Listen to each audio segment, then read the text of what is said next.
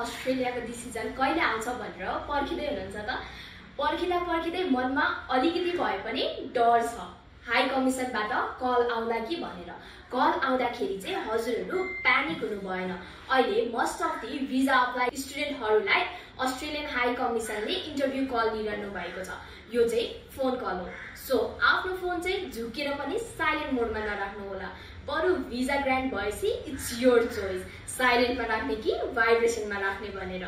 Phone आयो भन्दैमा आत्तिने होइन, बरु कस्तो क्वेसन सोधिन्छ, मैले कसरी एन्सर दिने, कसरी प्रिपेयर गर्ने पट्टि चाहिँ लाग्नु पर्यो।